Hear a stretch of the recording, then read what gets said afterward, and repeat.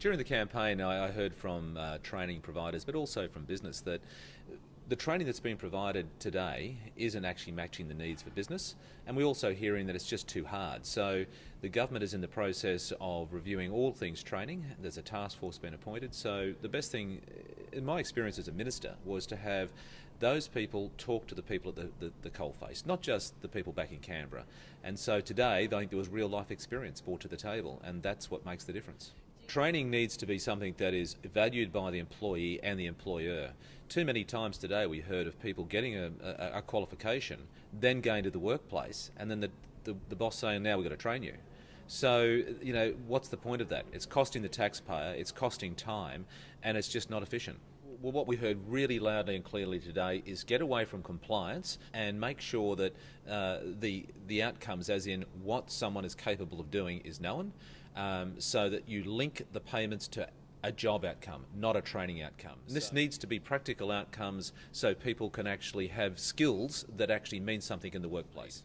When you have a look at what's happening here, and we all know about the hospital, but only this week I had another developer in the healthcare sector with another $80 million option, or another $80 million project in this field.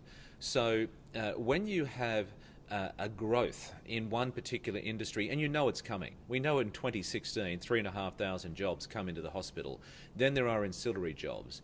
We need to have the flexibility to be able to meet the needs, the training needs, therefore the employers' needs within this region. It will be different to Rockhampton. It will be different to the Gold Coast. So let's acknowledge that, and let's have the bureaucracy work with industry and with regional councils to say, this is what's coming, this is what's in the pipeline, develop your needs in those areas. If the biggest employers in the world are moving away from the traditional model of having a piece of paper but wanting competencies, and we're talking here about, the evidence I've been given is Google, Microsoft, then we need to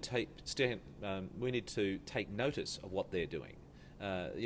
Not to sort of say that won't happen to me.